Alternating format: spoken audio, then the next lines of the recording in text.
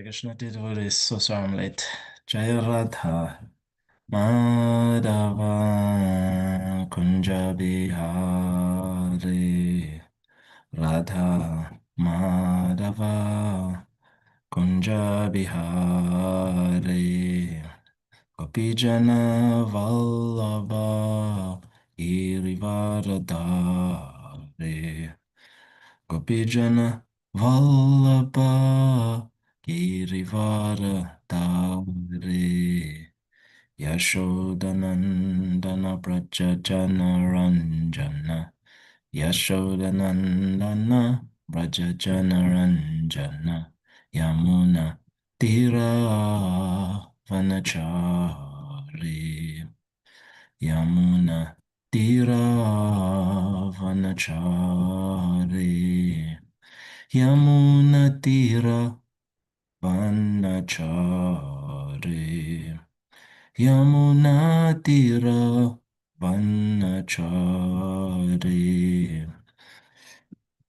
Hare Krishna Hare Krishna Krishna Krishna Hare Hare Hare Rama Hare Rama Rama Rama Hare Hare Jaya Radha Damodara Radha Damodara Sri Radhe Radha Damodara Radha Damodara Sri Radhe Prabhupada Prabhupada Prabhupada Jaya Prabhupada Jaya Jaya Prabhupada Prabhupada Prabhupada Jaya Prabhupada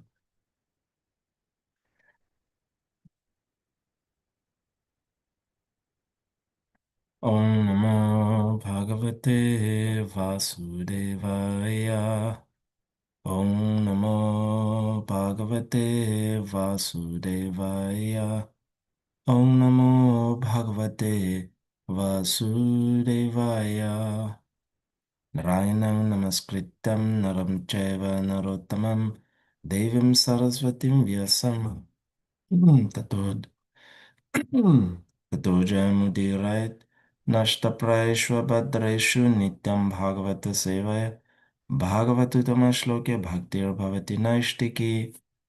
Reading from Srimad Bhagavatam, Canto 7, The Science of God, Chapter 7, What Prahlad Learned in the Womb, Text 24.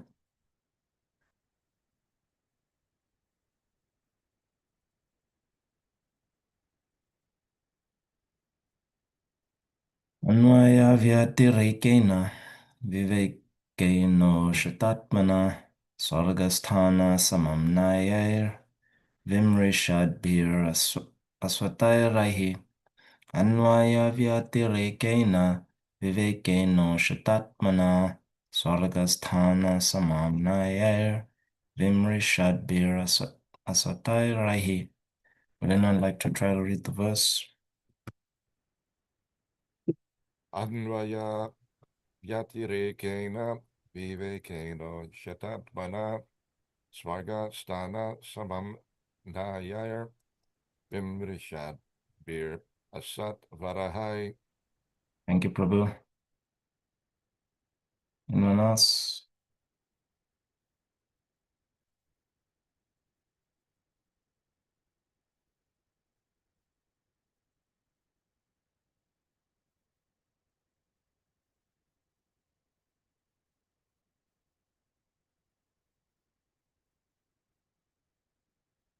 Maya directly, Vyatirekena, and indirectly, Vivekena, by mature discrimination, Ushata, purified, Atmana, with the mind, Swarga, creation, Sthana, maintenance, Samamnayahi, and with destruction, Vimrishadbihi, by those making a serious analysis, Asadvarahi, very sober. Translation. Sober and expert persons should search for the spirit soul with minds purified through analytical study. in terms of the soul's connection with and distinction from all things that undergo creation, maintenance, and destruction. Purport. A sober person can study himself and distinguish the soul from the body by analytical study. For example, when one considers his body, his head, his hands, and so on, one can certainly understand the difference between the spirit soul and the body. No one says, I head. Everyone says, my head.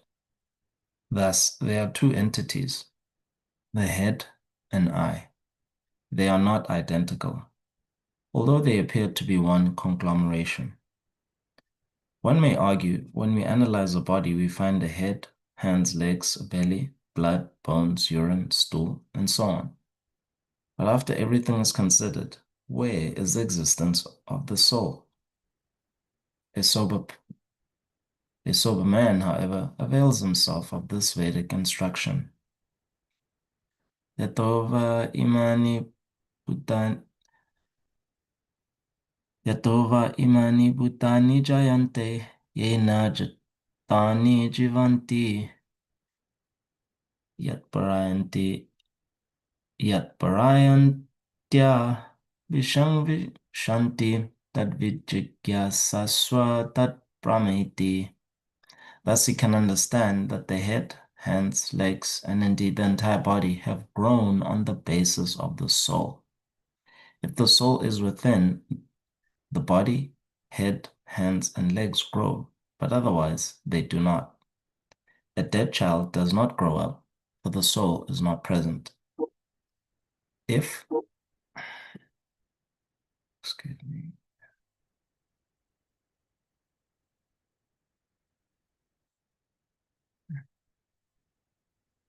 if by a careful analysis of the body, one still cannot find the existence of the soul, this is due to his ignorance.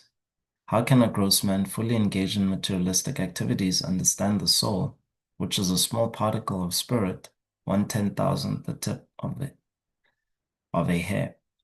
Such a person foolishly thinks that the material body has grown from a combination of chemicals, although he cannot find them. The Vedas inform us, however, that chemical combinations do not constitute the living force. The living force is the Atma and Paramatma, and the body grows on the basis of that living force. The fruit of a tree grows and undergoes 6 kinds of change because of the presence of the tree. If there were no tree, there could be no question of the growth and maturity of fruit. Therefore, beyond the existence of the body are the Paramatma and Atma within the body. This is the first understanding of spiritual knowledge explained in Bhagavad Gita. Dehinosmin yatha dehe. The body exists because of the presence of the Supreme Lord and the Jiva, which is part of the Lord. This is further explained by the Lord himself in Bhagavad Gita 9:4. Maya tatam idam sarvam jagat avyaktam murtina matsthani sarvabhutani nachaham teshvavastitaha. By me in my unmanifested form, this entire universe is pervaded. All beings are in me, but I am not in them. End quote. The Supreme Soul exists everywhere. The Vedas enjoin Sarvam Kalvidam Brahma. Everything is Brahman or an expansion of Brahman's energy. Sutre Mani Gana Iva. Everything rests on this Lord, just like pearls strung together on a thread. The thread is a principal Brahman. He is a supreme cause, the Supreme Lord upon whom everything rests. Mataha Mata Parataram Nanyat. Thus, we must study the Atma and Paramatma, the individual soul and the super soul, upon whom the entire material cosmic manifestation rests. This is explained by the Vedic statement, Yatova imani bhutani jayante, yena jatani jivanti. Om Jnanatimirandasya Gyananjana Shalakaya Chakshur Unmilitam Yena Tasmai Shri Gurave Namaha.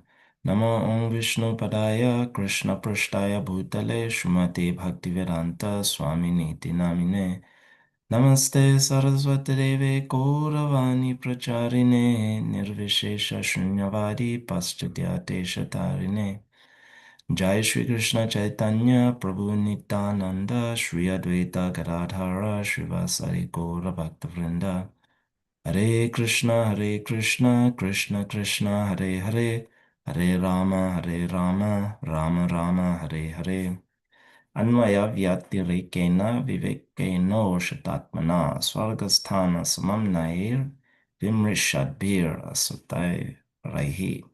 So an expert person should search for the spirit soul with minds purified through analytical study in terms of the soul's connection with and distinction from all things that undergo creation, maintenance, and destruction.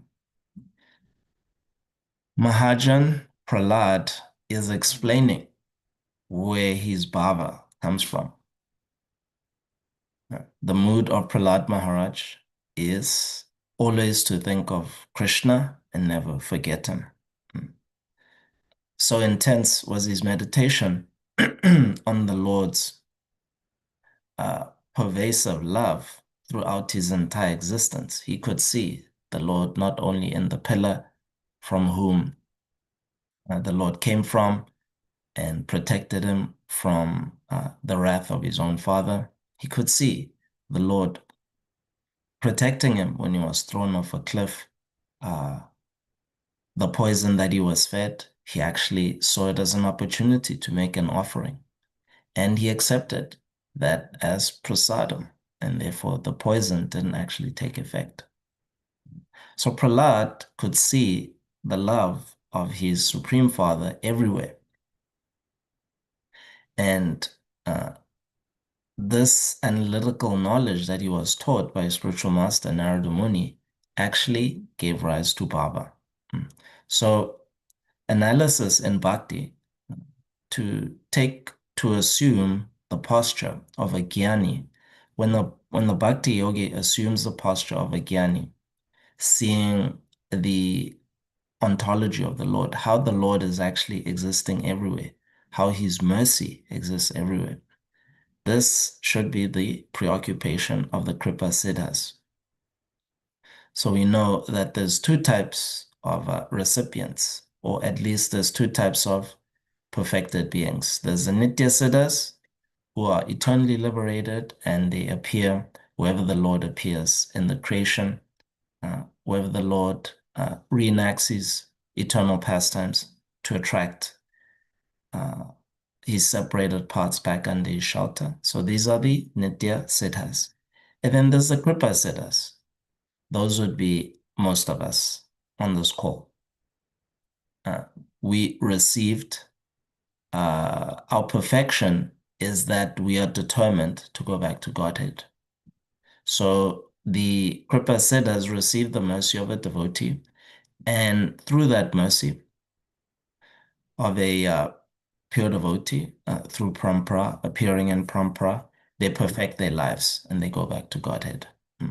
So this is, and the Kripa Siddhas know very well how overwhelming the material energy is.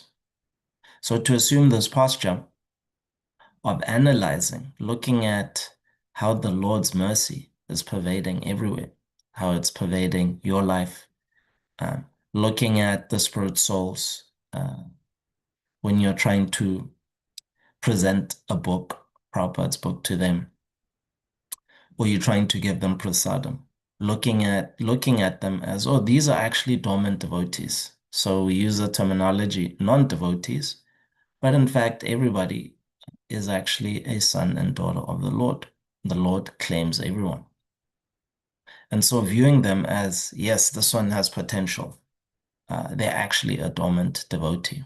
We just with the right encouragement, we can actually wake them up. In other words, the right alarm, right ringtone. Can just play some Krishna Katha alarm and it'll actually awaken them. And most of us, in our personal, when you look at how we came to Krishna consciousness, yes, it was a Krishna Katha ringtone that actually awoke us out of our ignorance. So while for the Jnani, traditional Jnana yoga, which doesn't have which isn't motivated to uh, see the mercy of the Lord, then yes, it can be quite troublesome. Neti neti, I'm not this, I'm not that. But for those who are going to become perfect through mercy, who are still on the sadhaka stage, who are not even on the nishta stage, on the fixed platform, being preoccupied by this meditation that my self-interest isn't in my eyes. In other words, the soul isn't in my eyes. The soul isn't in my ears. It's not in my nose. It's not in my tongue. Thinking this way is actually a very useful meditation. So as we know, nowadays, one one contribution, or at least one change in, a lot of people's minds, at least in like the self-help world, one positive change that has arose is that habits have to be identity based. So determination alone is not enough. So, oh, okay, I want to go to the gym. So therefore, just with raw determination, I can maintain a schedule of working out 5 days a week. There's so much disturbance nowadays in this information age that it's actually very difficult to maintain resolve, because there's just to maintain uh, just basically to maintain a sane life in a city. It's very complex. There's just a lot of moving parts. And so determination alone is not enough.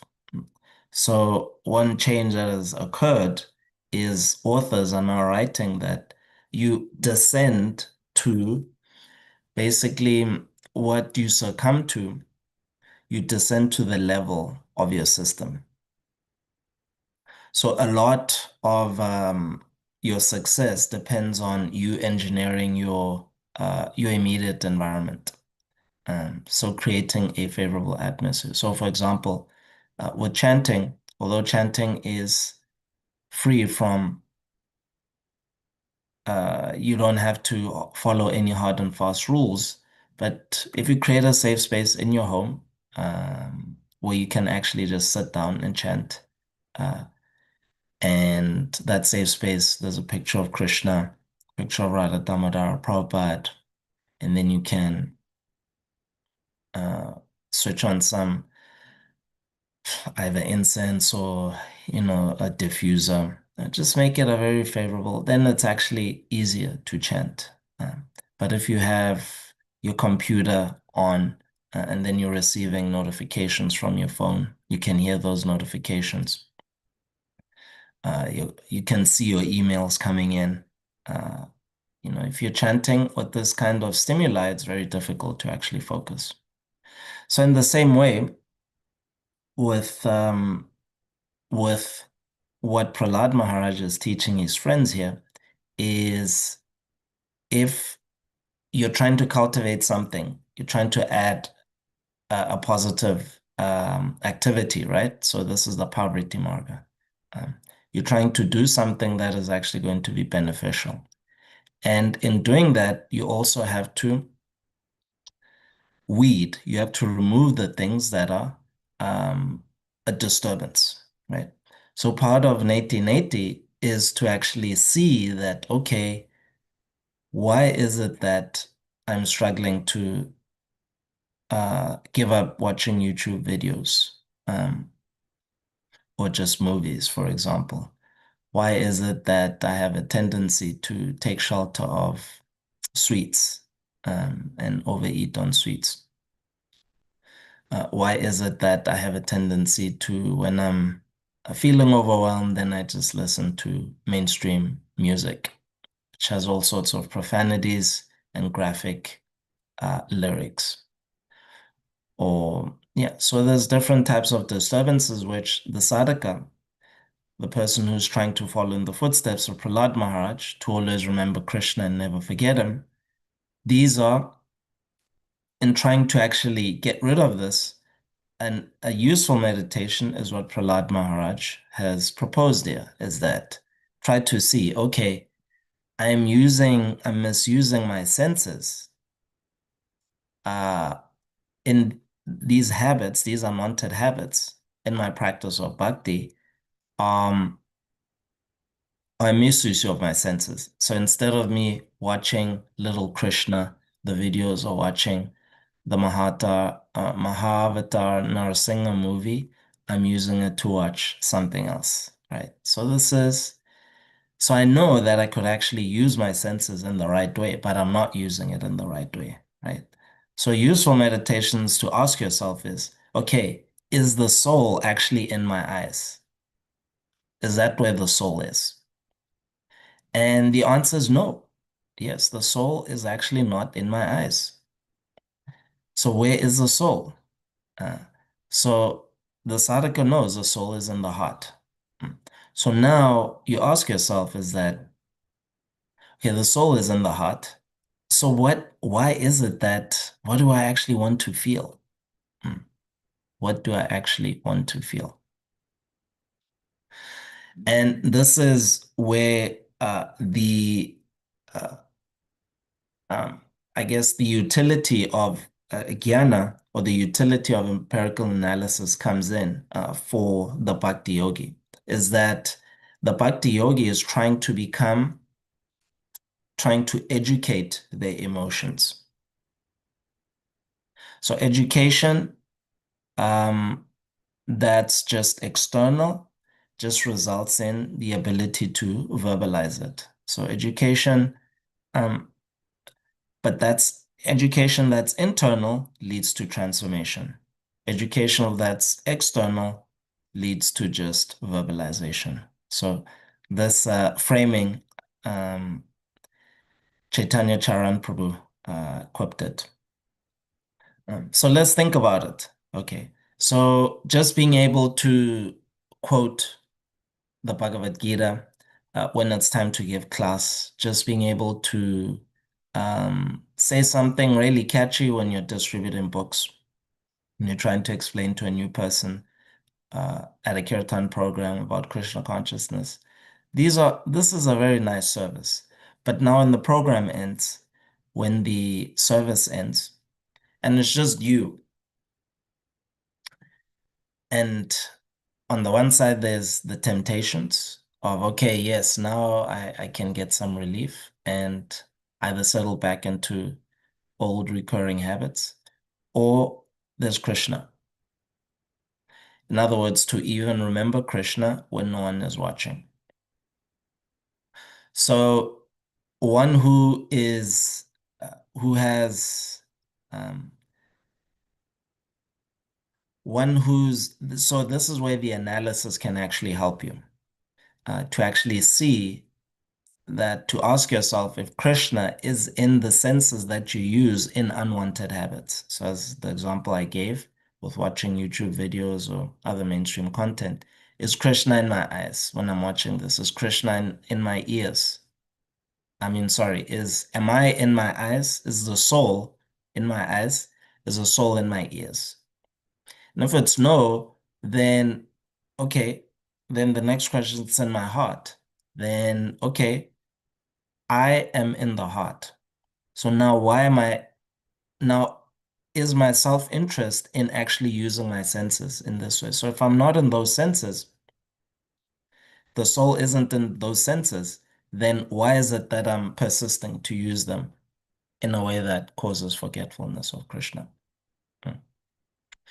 And this is where education of the emotion comes in, which will lead to transformation. And the transformation we're looking for as sadhakas is nishta, to actually come to the point of being fixed in your devotional service, fixed in your system for maintaining your meditation of always remembering Krishna and never forget him. So this is nishta. And And so we want to educate our emotions that, okay, as I said, that my self-interest is not in this habit because I am not in that sense. So by me trying to actually stimulate a feeling through this particular piece of content is not, that feeling is temporary. It's ephemeral and it's not the real juice. It's not the rasa. That's not actually what is going to make me happy. Hmm. So here, Prabhupada, part of education of the soul or educating our emotions is to also consider that for the soul, this, or at least, okay, in the connection of creation, maintenance, and destruction. So this is Prahlad Maharaj is saying is that for a sober person and an expert person, they have to consider how the soul is actually distinguished, how the soul and the Supreme Soul is actually distinguished from these activities. Excuse me. So first of all, and Prabhupada gives an example in the purport that a core competency of somebody who's making spiritual advancement, an advancement in this form of looking at the world, this worldview, is that the soul, the limbs, the head, the belly, the genitals, blood, bones, they've all developed because the spirit soul is actually present.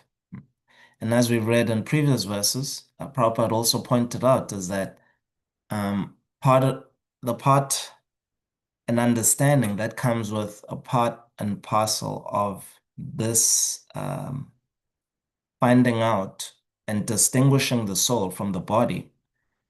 Another understanding that comes is that, well, my body or the entire universe is also just another body, and there must be a soul. So we are hearing the scientists, cosmologists, um, saying that the universe is expanding. We look up just with our naked eyes, we can see the stars shifting in position.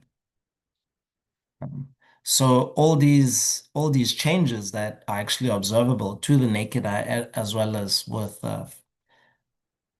deep space telescopes, is that this is evidence that no, there must actually be a soul. So these transformations, just as the transformations are taking place on my own body, um, hair is developing, it's changing color as the years go by. Um, the limbs get bigger, then they contract.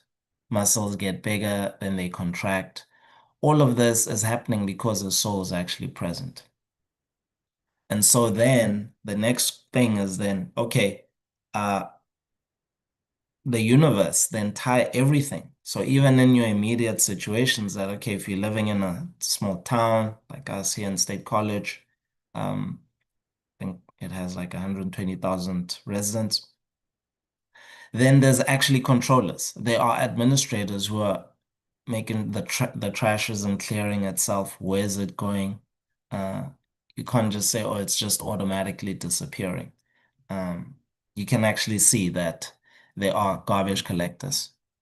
Uh, so in the same way, as always, everything is actually administered by a living force. That's how transformations take place. So in the same way, with the sadhaka who becomes perfect through the mercy of a pure devotee, they then look at themselves as that, okay, in my position of trying to give up unwanted habits and cultivate wanted habits in my practice, let me actually depend on the Lord. Let me pray to the Lord. And so the part of the process of educating your emotions to lead to a wanted transformation is vandanam, is to actually pray to the Lord and appeal to his mercy. And a lot of the prayers that we read about in Krishna book, even here in the Bhagavatam, they begin by with an empiric analysis of the Lord's ontology, how the Lord is in everything and yet is outside of everything. So um, this matstani sarvabhutani nachaham deshravastitaha, that the Lord is both. The Lord here is saying is that all beings are in him, but he is not in them. So his individuality is existing. It's not divided by him being in all beings.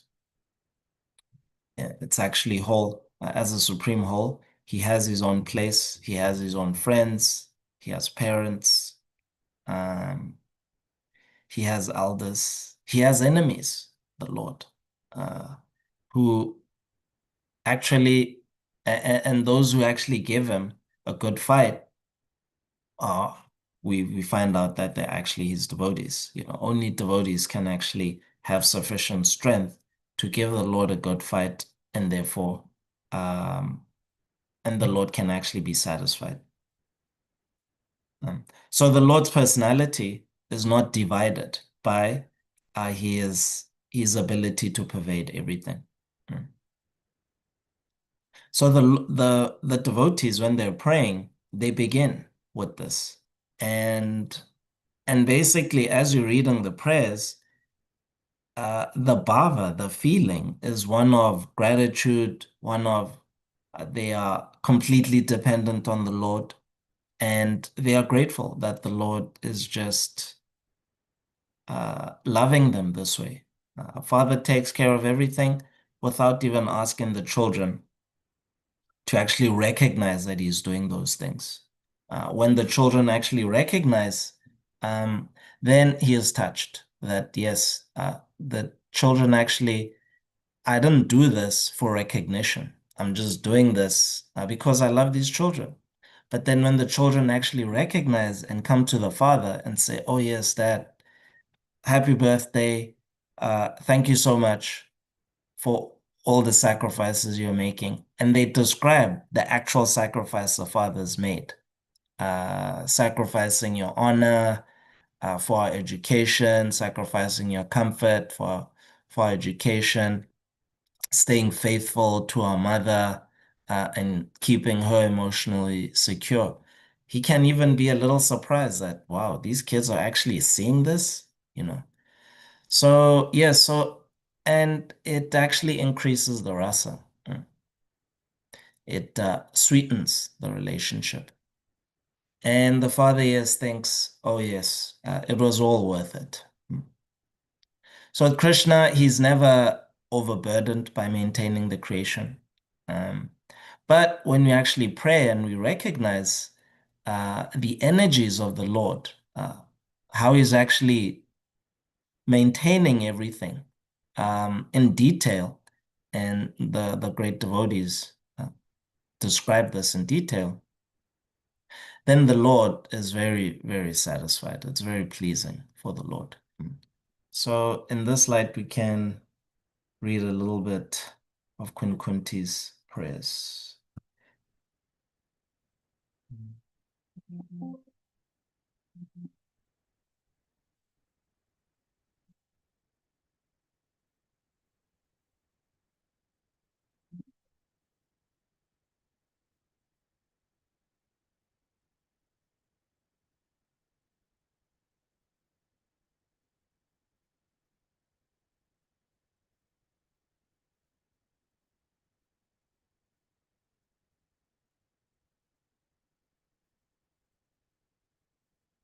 So this is from Srimad Bhagavatam, Canto 1, and we'll begin to read from text 17.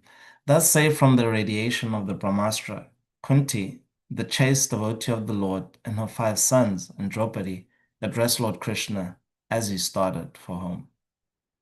Srimati Kunti said, O Krishna, I offer my obeisances unto you, because you are the original personality and are unaffected by the qualities of the material world. You are existing both within and without everything, yet you are invisible to all. Being beyond the range of limited sense perception, you are the eternally irreproachable factor covered by the curtain of deluding energy. You are invisible to the foolish observer, exactly as an actor, dressed as a player, is not recognized.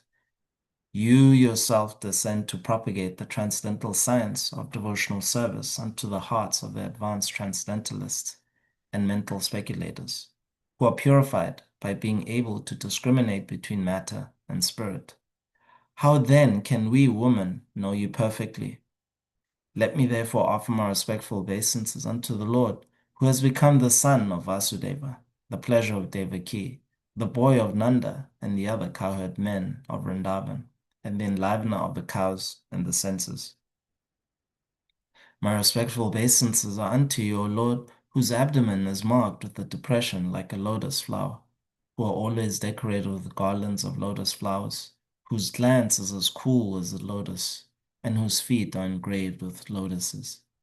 O Rishikesha, master of the senses and lord of lords, you have released your mother Devaki, who was long imprisoned and distressed by the envious King Kamsa, and me and my children from a series of constant dangers. My dear Krishna, your lordship has protected us from a poisoned cake, from a great fire, from cannibals, from the vicious assembly, from sufferings during our exile in the forest, and from the battle where great generals fought. And now you have saved us from the weapon of Ashwatthama.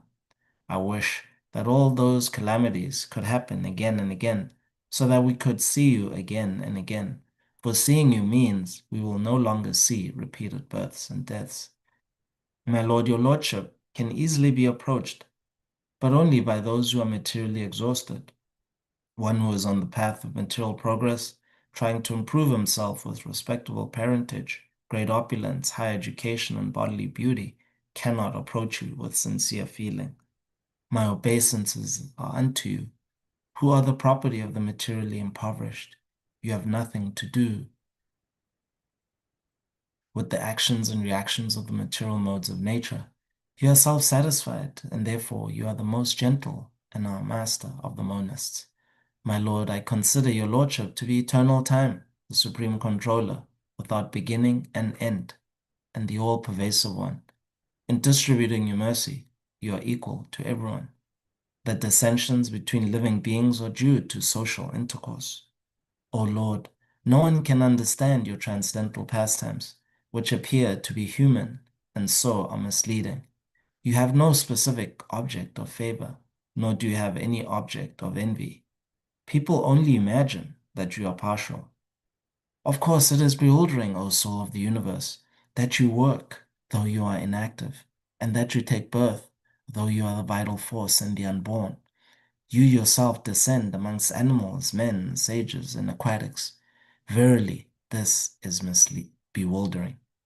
My dear Krishna, Yashoda took up a rope to bind you when you committed an offense, and your perturbed eyes overflooded with tears which washed the mascara from your eyes. And you were afraid, though fear personified is afraid of you. This sight is bewildering to me.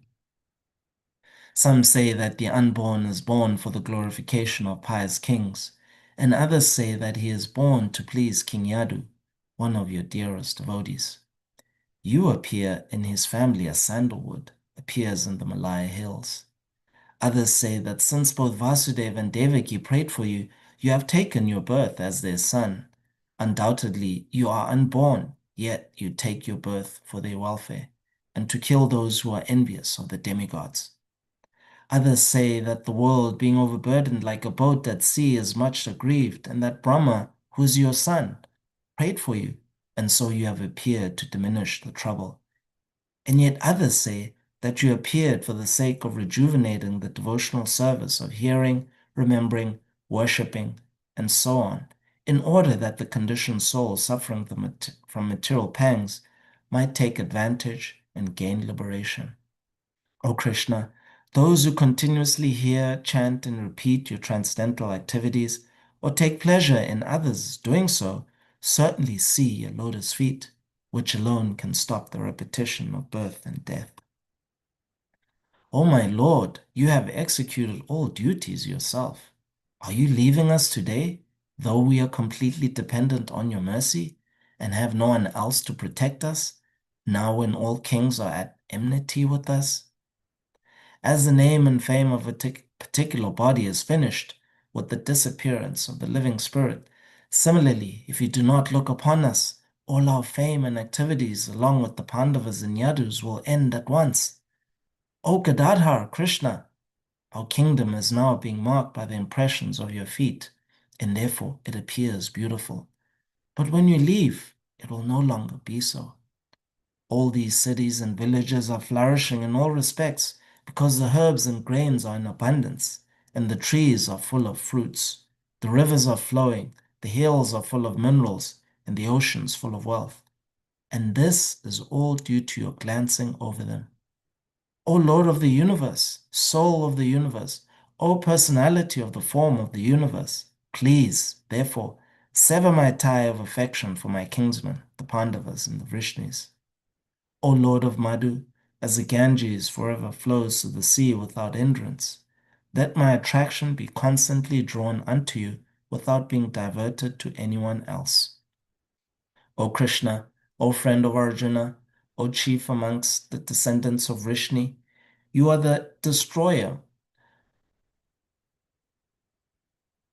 You are the destroyer of those political parties which are disturbing elements on this earth.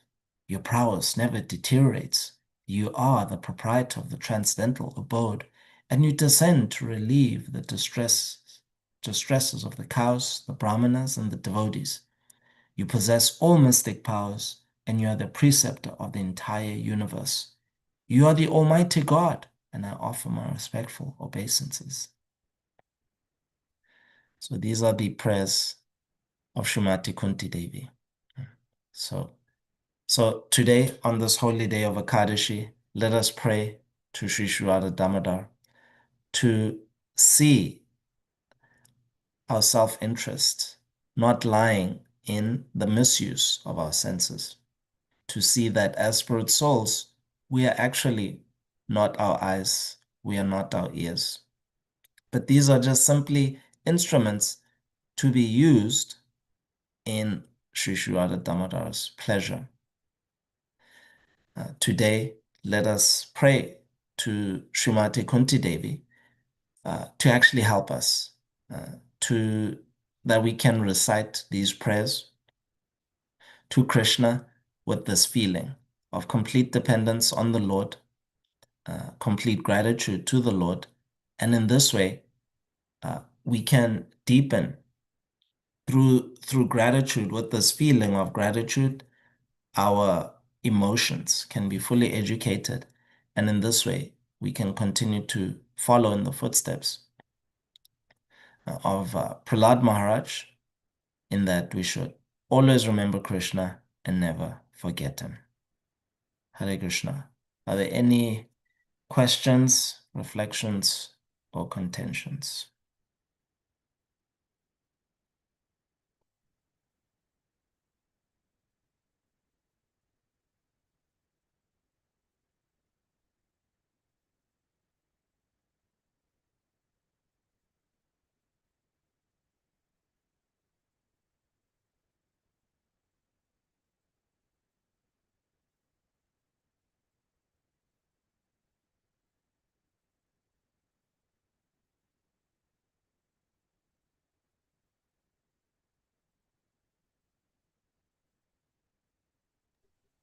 Hare Krishna Prabhu. Hare Krishna, Prabhu. Thank you for a very nice class. I'm wondering, based upon your understanding of Prahlad Maharaj's instructions here, would you say that um,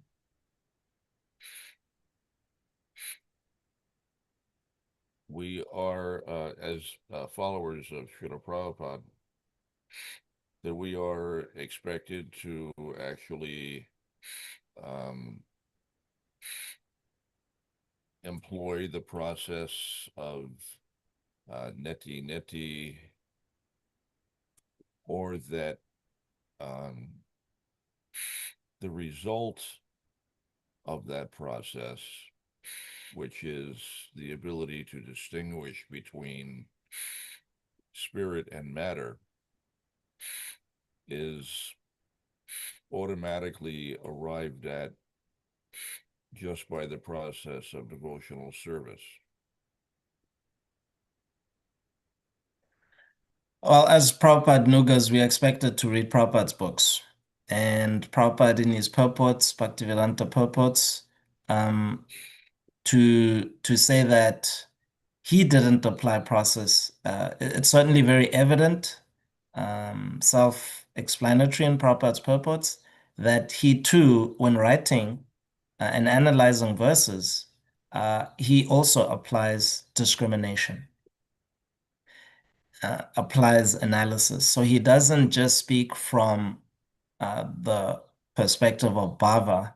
He's not just speaking um, even from the perspective of like the way he wrote the Nectar of Devotion. Just always everything is through the framework of uh, the different, yeah, primary rasas or secondary rasas. No, he explains even he applies empiric knowledge, right? So at the very minimum, what we are expected to do as part of the process of bhakti through the will of Srila Prabhupada is really to understand his books. And as we know, Prabhupada, he would say one style of preaching develops from basically reading his books and understanding his purports verbatim. So if there's a topic that you're studying, like say today, the topic is then Kunti Devi's prayers. So actually ingesting those purports verbatim. And then when you speak about it, your style will actually naturally develop on the basis of ingesting Prabhupada's purports verbatim. And those purports, they do contain analysis. So yes, both things are there. So it's not that we need to become Gyani yogis in order to become effective bhakti yogis. No, simply by studying Prabhupada's books, that is sufficient. And then both things actually get achieved. You'll sometimes be speaking from the posture of a Gyani yogi, but you're just simply quoting Prabhupada's books. So here, even in this purport, Prabhupada is giving an analysis of how um,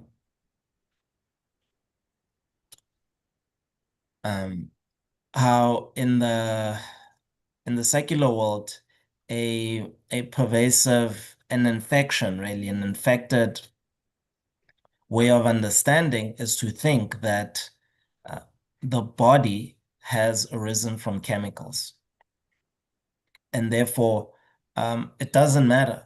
And so, if as a woman, you fall pregnant and it wasn't planned, okay, just go to Planned Parenthood and just get an abortion. It doesn't matter.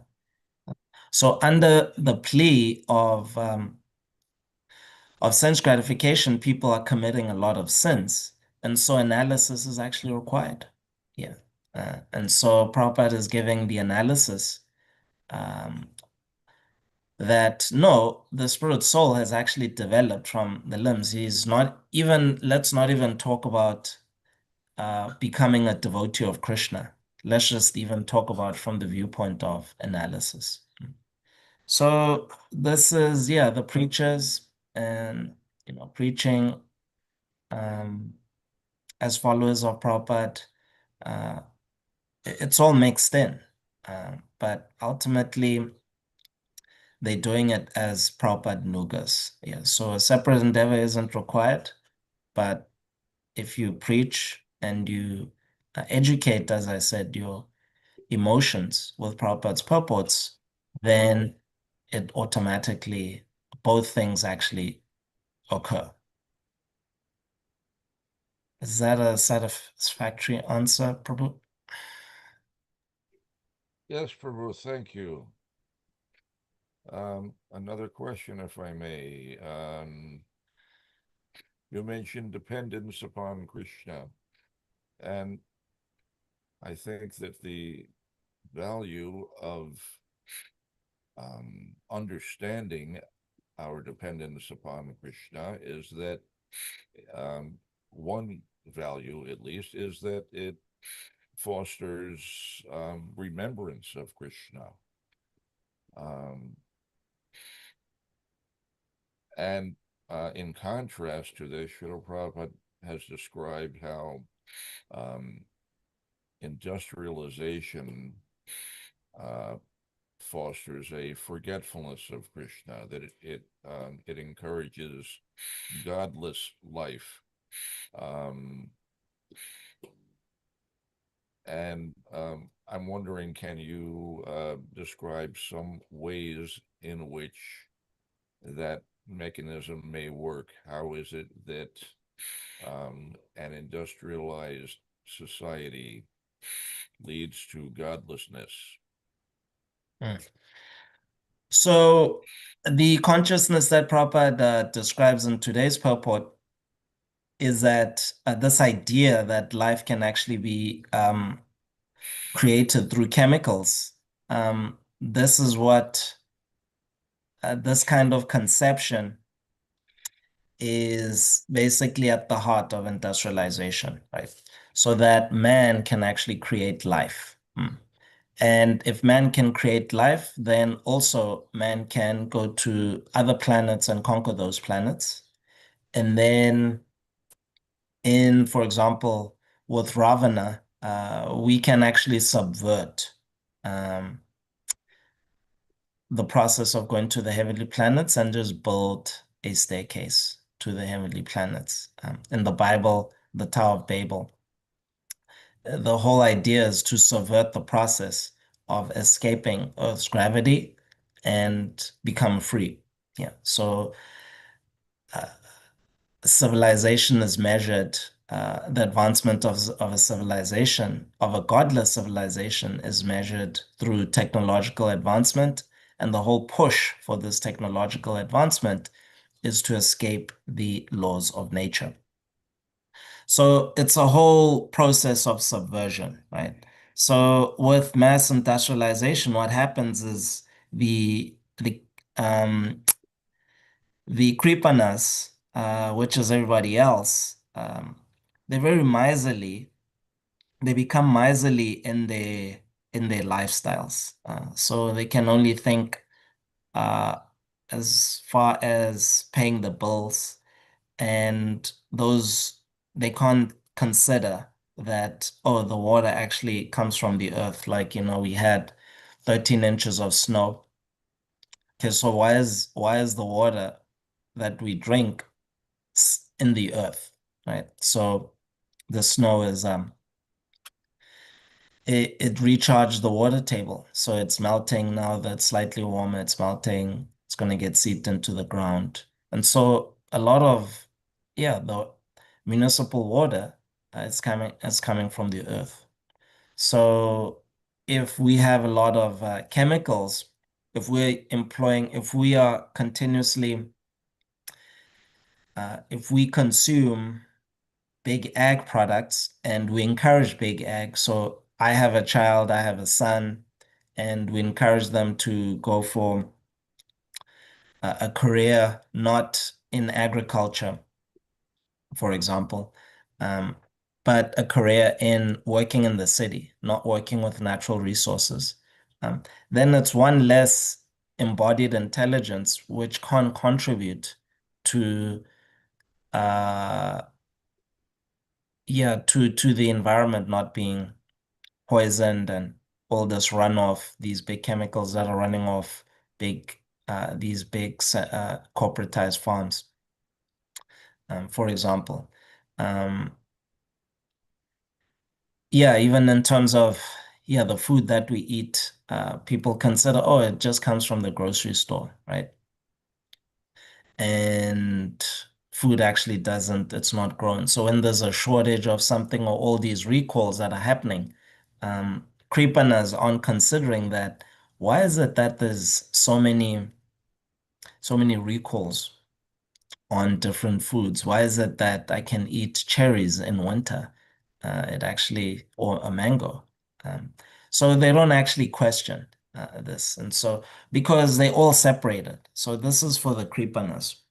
And so the actual administrators of the system and these technologies, um, they are out and out like trying to subvert their dependence on the Lord. And then, as I said, for yeah, just regular people, then because they're not looking at them, their lifestyles as being products of the mercy of the Lord, but they're just dependent on technology, then they make all sorts of arguments about, oh, this might be a simulation that we live in. Why do I need to go to church? Because I can just buy my bread. I don't have to pray for it. Um, in terms of education, my child can just get technology, just be educated in the STEM subjects, science, engineering, technology, and math, have a full career, and then maintain themselves.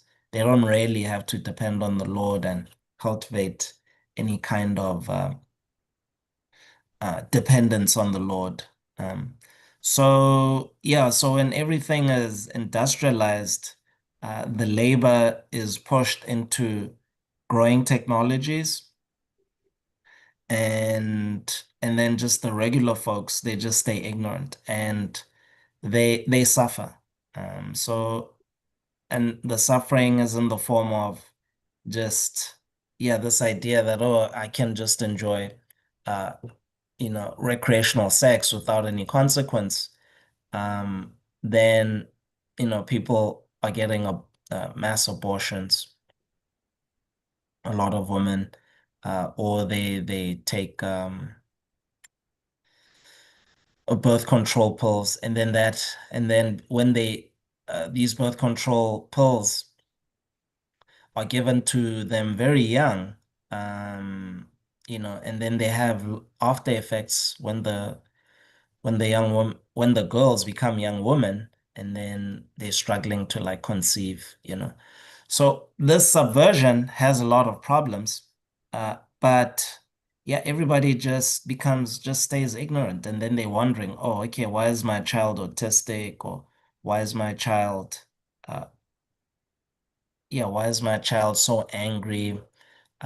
Why they give way into vice very easily. So I was raising my child very nicely, and then they went to university, and then they became addicted to cocaine, and then now their entire life is just completely run over by drugs, and it's completely messed up. So yeah, so all the problems that we are seeing in society um are driven by this godlessness, but the mechanism really is all about how to avoid dependence on the Lord, and then subvert religion. Um, and then that basically cascades down into the rest of the population. I don't know if that answer is a bit all over the place, but that's basically my understanding. That was good, Prabhu. Thank you. Jai.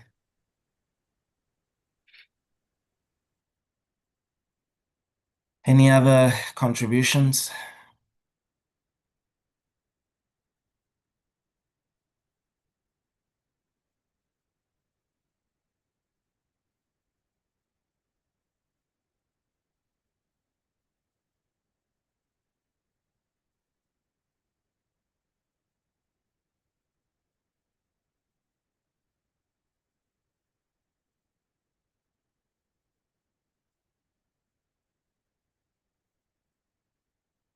Okay, dear devotees, let us remember um, Prahlad Maharaja's advice today, and let us pray to the Lord with feeling, praying that if we can further educate our emotions so that we can always remember Krishna and never forget him. Hare Krishna. Grantaraj Srimad Bhagavatam ki jai. Srila Prabhupada ki jai. Nitai Gaur Pramanande Haribol.